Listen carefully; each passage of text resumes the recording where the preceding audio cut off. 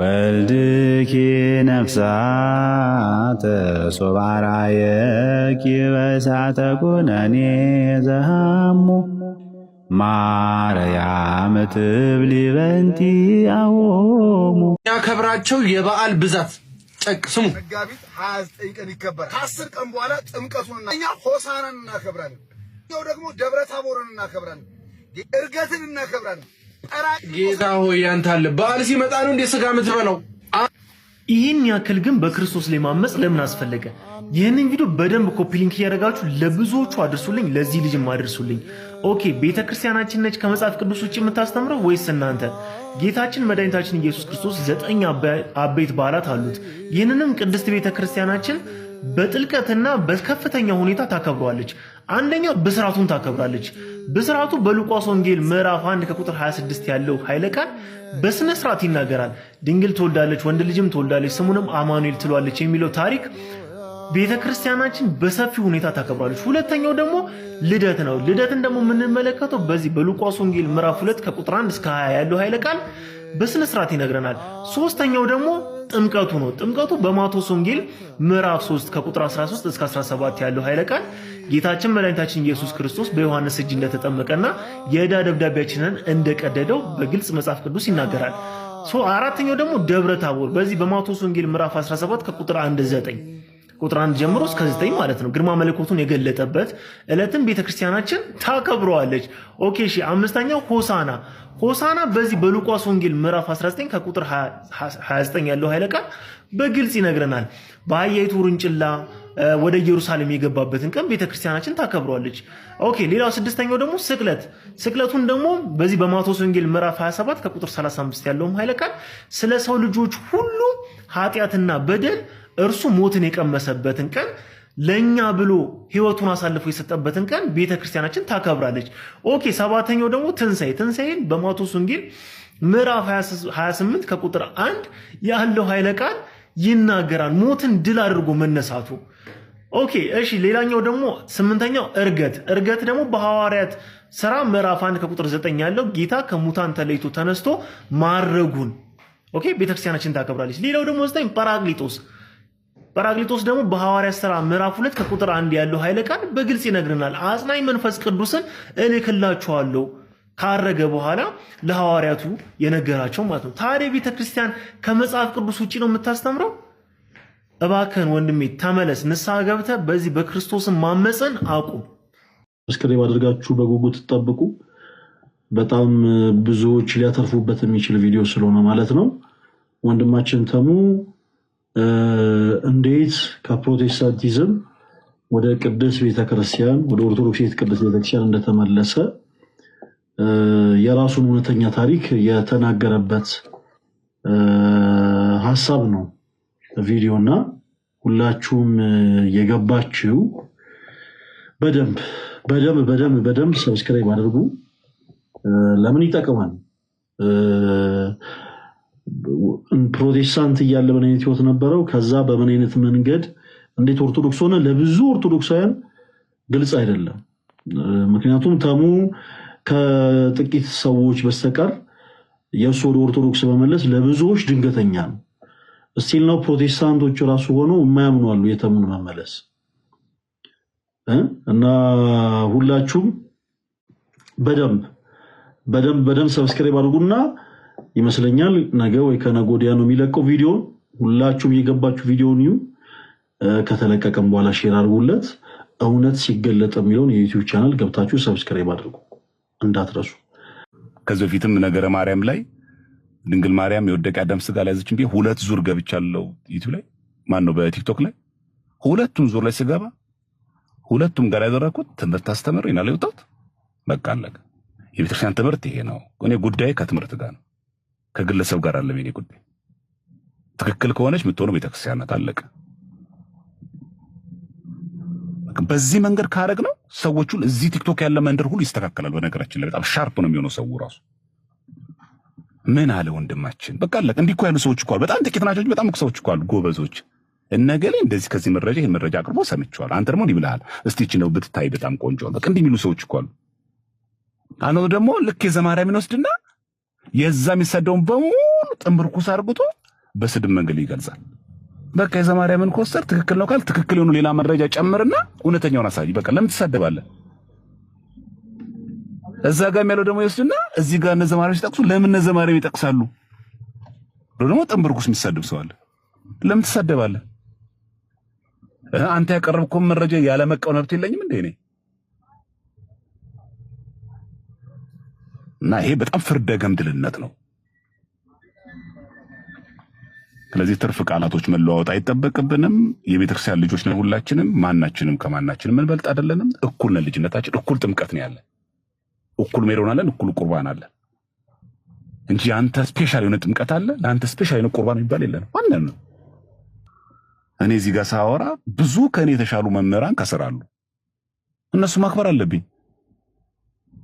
ዘማርያምን ቁጭ አድርጎ ሊያስተምሩ የሚችሉ አሉ። እኔ እድል አግኝቼ ዛሬ ስለተሰማው ነው ስለተደመጥኩኝ የፈለኩትን የማውራት መብት የለኝም። የፈለኩትን የመሳደብ መብትም የለኝም። የሰሙ ደግሞ ሐዋሳን ታውቃታለህ አንተ። አልመክርህም። ሐዋሳ ገብርኤል በነበጋሻው ስንት ነገር ነው ያየነው። ምን ለአንተ አዲስ ነገር ነው? ገብርኤል ቤተክርስቲያን ውስጥ እንዴት ነበር የነበረው? በገመድ ለሁለት ተከፍሎ በዚህ በኩል ማህበረ ቅዱሳን አንድ ግቢ ዛ ገብርኤል ቤተክርስቲያን ውስጥ፣ በዚህ በኩል ደግሞ የበጋሻው ደጋፊ ሆኖ በዚህ በኩል ሆኖ በገመድ እንደዚህ ታስሮ አይደለ ድንጋይ ሲወራወር ነው የነበረው። ከዚህ በኋላ በበጋሻው ቀንታችሁ ነው እንደዚህ ብላችሁበት ነው እናንተ ኮምፕሌክስ ነው ማህበረ ቅዱሳን ነው ምናምን። ዛሬ ምን አዲስ ሆኖብን አንተ? ራሱ ስሙ እኮ ራሱ እኮ አልተቀየረም። ራሱ ስሙ ራሱ አልተቀየረም። በቃ እቺ የድሮ የነበረች ናት። በቃ አለቀ። በእርግጥ አሉ ቀንተው እንደዚህ የሚያደርጉ ሰዎች አሉ። በእርግጥ አሉ በጥላቻ የሚናገሩ ሰዎች አሉ። ይሄንን ማካድ የለብንም። በሙሉ ግን የሚቃወም ሰው ትክክል አይደለም የሚል ግን ቀንቶብኝ ነው ግን አይባልም። መለየት አለብን። ይሄንን እኔ ላይ እኔ ማስተምረውን ትምህርት ሁሉ አጌንስት የሚሆን ሰው በሙሉ ለዘማርያም ቅናት ስላለበት ነው አይባልም። በጥላቻ የሚናገራለ እንዳይጣላ ይሄ የሁላችን ጠላት ነው። በቃ ነው በጥላቻ ማየት የማይፈልግ በቃ የመደመጥ ሰው ሲሰማ ለምን እኔ አልተደመጥኩም ብሎ ኮምፕሌክስ ሲገባ ሰው አለ። በጣም ትክክል። ይሄንን ኮምፕሌክስ በጋራ ነው የምንቃወመው። አለቀ። አንተ የምትናገሩት ትምህርት ትክክል አይደለም በተባለ ቁጥር ግን ከነዛ ጎራ እዛ ቅርጫት ውስጥ እየከተትከው እዚህ ቦክስ ውስጥ ግባ። አንተም ቅናት ነው፣ አንተም ቅናት ነው፣ አንተም ቀንተብኝ ነው፣ አንተም ኮምፕሌክስ ውስጥ ነው ካልክ ግን ነገ ችግር አለ ማለት እየጠየቀኝ እንደ እስኪ አይተውኛል። ከሰዓት ሄደው ክሊፑን አይተው ነው መዝሙርን ሳይ እኮ ነው። አንዳንድ ሰዎች መስጫዎችን ምስኪም አይመስላቸውም። የማን ደጋፊ ነው? ኳስ አሁን ለግሬ ስለምጠናቀቅ አለች። ከኃጢአተኛው እንኳን የሚለው ዝማሬ በጣም በቃ ሰው ሁላ ልብ ውስጥ የቀረ ዝማሬ ነው። ላለኝ ቀሏል መከራዬ ለኔ ያደረከው ብዙ ነው ጌታዬ። የወንድማችን አክሊል ወይም አኬ አፖስቶሊክ መልሶች በሚባል የምናቀው አይኖቹ ልክ እንደ በጋሻው አይኖቹ ሲበሩና የእውነትን ወንጌል ሲናገር በሚቀጥሉት ቀናቶችና ወራቶች ውስጥ ታዩታላችሁ። ሰላም ለሁላችሁን። ለአንዲት መልእክት መጣሁኝ። አስቀድሜ ግን ያው እንግዲህ ያያችሁት ቪዲዮ ላይ ፕሮቴስታንት ነብይ ነው እና ምን እያለ ነው ወዳጃችን? እንደው አክሊልም እንደ በጋሻው እንግዲህ ይበራለታል ከተወሰነ ወራት ወይም ቀናት በኋላ ብሎ እየተነበየ መሆኑ ነው። ያው የተወሰነ ግርግር አልነበረ? እሷን አይቶ መገመቱ ነው እንግዲህ በሱ ቤት ያው እንደዚህ ነገር ከተፈጠረ አይቀር ያው መውጣቱ አይቀርም ብሎ ማለት ነው። እና የመገመት አገልግሎት ይባላል። በፕሮቴስታንት ውስጥ ያለው አብዛኛውን ጊዜ የነቢያት አገልግሎት የመገመት አገልግሎት ነው። ለማንኛውም ግን እሱ እንዳለ ይቆየንና ብዙ ጊዜ ይሄ ከበጋሻው ጋር የማነጻጸር ነገር ይታያል። በፕሮቴስታንት ብቻ ሳይሆን ኢቭን አንዳንድ ኦርቶዶክሶች ሳይቀሩ በፊት እኮ እነ በጋሻውም እንዲህ ነበሩ አይነትም የሚመስል ነገር ማለት ነው። በጋሻው በህይወቱ አሁን ከአባቶች አንድም ጠቅሶ የማያቀን ሰው ለንጽጽር ማቅረብ አስፈላጊ ነው። ቴዎሎጂ ባለፈበት አልፎ የማያቀን አንድ ወንድም ማለት ነው። በጣም ከትልቅ ይቅርታ ጋር ይሰብካል፣ ግን ስብከትና ቴዎሎጂ የተወሰነ ይለያያል፣ ወይም ትምህርት ማለት ነው። እና ለማንኛውም የሆነ ከአባቶች ማጠቅስ ከሆነ አደገኛ ነው። ሁሌም በራሳችን ትምህርት በራሳችን መረዳት ከሆነ የምንጓዘው የመውደቅ ቻንሳችን በጣም ሰፊ ነው። ስለዚህ ማንኛውም ሰው ለሚያምነው ለሚረዳው ነገር አባታዊ የሆነ ማስረጃ ያስፈልጋል። ለሚናገረው በተለይ ለሚያስተምረው ነገር ዘን ከአባቶች ከተናገርክ በኋላ ከአባቶች ካስተማርክ በኋላ ምንም ነገር ቢመጣ በቃ ለአባቶች ይመልሱላቸው ብለህ መተው ትችላለህ። እንግዲህ በተለይ ኮንሰንሰስ ካለ ማለት ነው።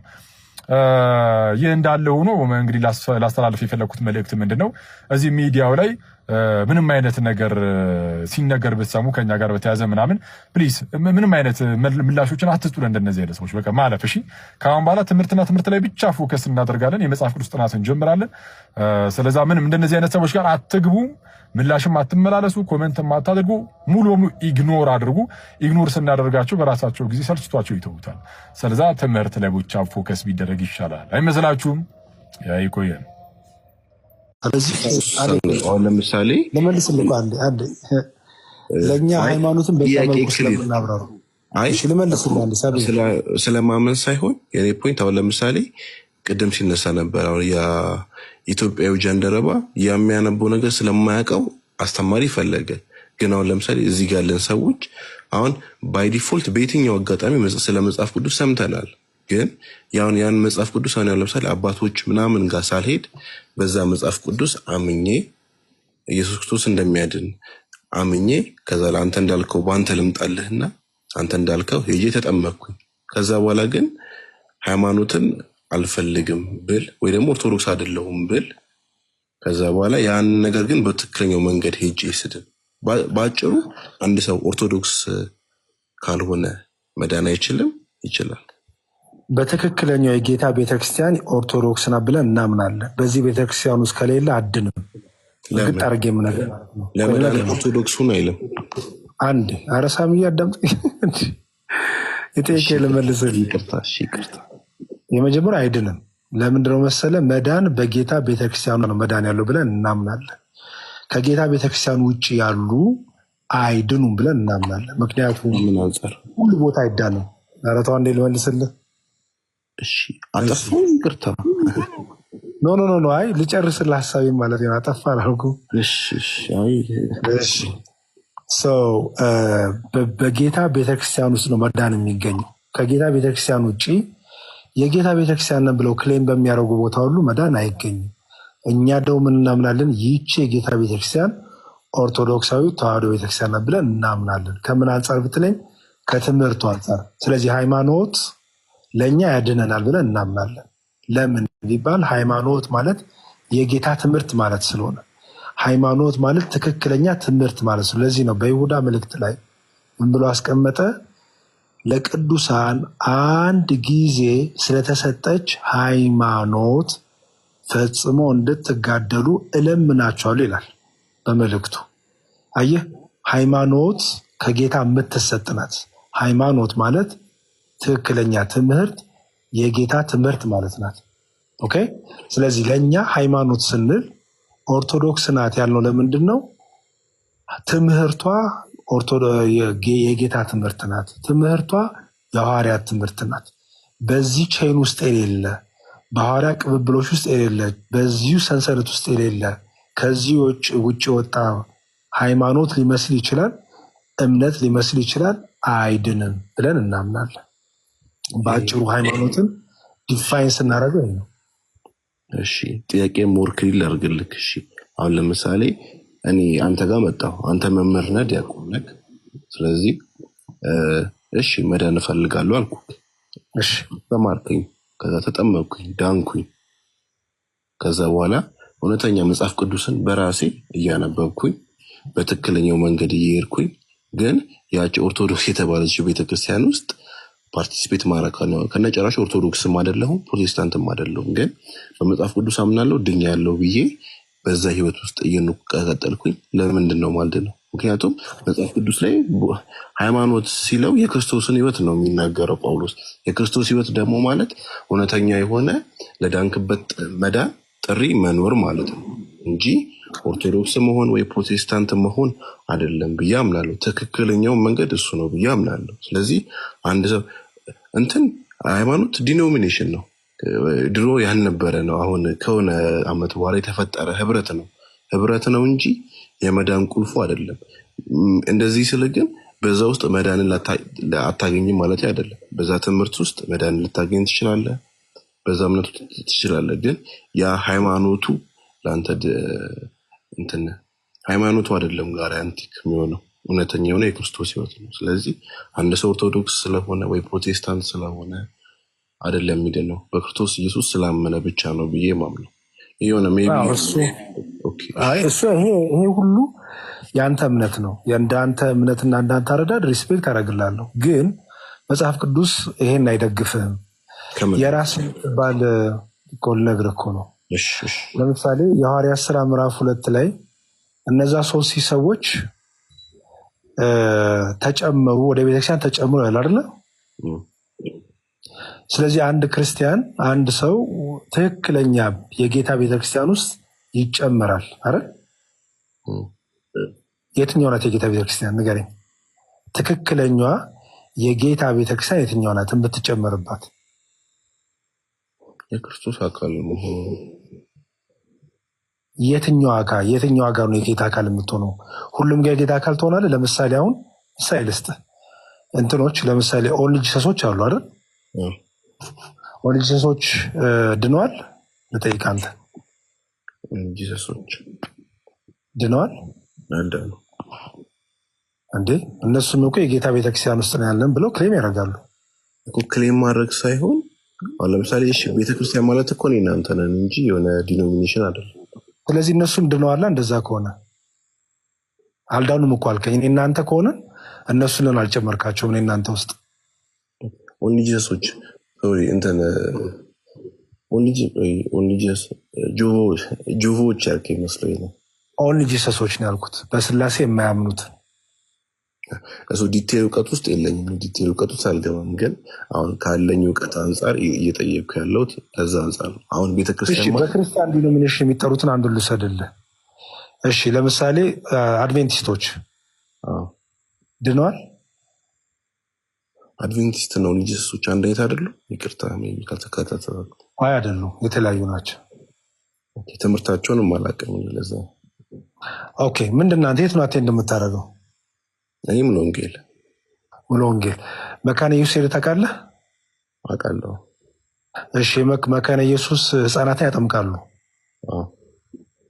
ለድነት ያጠምቃሉ። ህፃናትን ታውቃለህ? እንደሚያጠምቁ አውቃለሁ። ምን ብለው ነው የሚያጠምቋቸው ህፃናት? ዲቴል አላውቅም፣ ግን እንደሚያጠምቁ አውቃለሁ። እሺ ለድነት ነው የሚያጠምቋቸው፣ ከኃጢአት ለመላቀቅና ለድነት ነው የሚያጠምቋቸው። የእምነት መረጃቸውን ቡክ ኦፍ ኮንከርድ የሚባለውን ወይም የስምምነት መጽሐፍ የሚባለውን የእምነት መግለጫቸውን ገብታ አንብበው። እሺ ለምሳሌ ቅዱስ ቁርባን ይወስዳሉ አይደል? ለምንድን ነው የቅዱስ ቁርባን የሚወስዱት እነሱ? ለምንድን ነው የቅዱስ ቁርባን የሚወስዱት መካነ ኢየሱሶች? ስለ መካነ ኢየሱስ ነው አላውቅም። ኦኬ እሺ ለምን ተለያይ? አሁን አንተ ያለበት ቤተክርስቲያን ህፃናትን አታጠምቅም አይደል? እሺ ለምን ተለያያችሁ በትምህርት? አንዲቷ ቤተክርስቲያን ውስጥ ካላችሁ ትክክለኛው የጌታ ቤተክርስቲያን፣ ምክንያቱም በሐዋርያቱ ጊዜ ክፍፍል የለም አይደለ? የትምህርት ልዩነት ነበር የለም? ኦኬ አንተና መካነ ኢየሱስ ለምን ተለያያችሁ በህፃናት ጥምቀት? አሁን እኮ ስለ እምነቱ እኮ ሳይሆን ስለ ጌታ የጌታ ቤተክርስቲያን የምትባለውን ባህሪዋን እየነገርኩ ነው ወንድሜ፣ እንድታስተውል ነው። የጌታ ቤተክርስቲያን በዶግማዊ ትምህርቶች ልዩነት የላትም። የጳውሎስ ትምህርት ከነ ማቴዎስ አይጋጭም። የጳውሎስ ትምህርት ከነ ሉቃስ አይጋጭም፣ ከነ ዮሐንስ አይጋጭም። እንደዛ ከተባለ እኮ አሁን በኦርቶዶክስም ዘንድ ያስተምሩ ልዩነት አለ። ንገረኝ። ምን ለምሳሌ? አሁን ለምሳሌ እሺ አሁን እኔ ዲቴልስ አሁን ለምሳሌ እኔ አሁን ያው ብዙዎቻችን ወጣቶች የምናውቀው እዚህ ላይ መተው የሚያስተምሩትን ነው። አሁን ለምሳሌ በጣም አሁን ያንተ በጣም አድናቂ ነኝ፣ የአኬ በጣም አድናቂ ነኝ። እኔ አሁን ከሚያስተምሩት እዚህ ውስጥ ካሉት ሁለታቸው በእውቀትና በማስተዋል ታስተምራላችሁ ብዬ ማምነው ማለት ነው። ከሁለታቸው አንጻር እንኳን የትምህርት ልዩነት ስነግርህ ሜይ ቢ እንትን ካለ በቪዲዮ ማስረጃ ንገረኝ። አሁን ለምሳሌ እሱ ሲያስተምር ከዚህ በፊት ሰው ከዳነ በኋላ ነው ስራ የሚፈጽመው እንጂ ለመዳኑ ስራ አያስፈልገውም ብሎ ቪዲዮ ይሰራል። አይገርምህም? እሱን ቪዲዮ ቆርጠው ሸውደውክ ነው። እኔ ጋር ሙሉ ቪዲዮ አለ። ልጅ ፔጅ ላይ ግባና ፕሮቴስታንቶቹ ቆራርጠው አቀናብረው የሸወዱበት ነው እንጂ አኬ ያን ከመናገሩ በፊት ሲጀመር አኬ የተናገረው እና እናንተ ፕሮቴስታንቶቹ አንተ ሳትሆን ሌሎቹ አቀናብረው የሰሩት የተለያየ ነው። አኬ የተናገረው ስለ መንፈሳዊ ፍሬ አወራ። ከዛ ፊት ደግሞ ወደ መዳን እንዴት መጣን? ቅድም እኮ እሱን ነገርኩህ እኮ። ወደ መዳን የመጣ ነው በግርዘት አይደለም፣ ህግን በመጠበቅ አይደለም። እኔም ነገርኩህ እኮ። ይኸው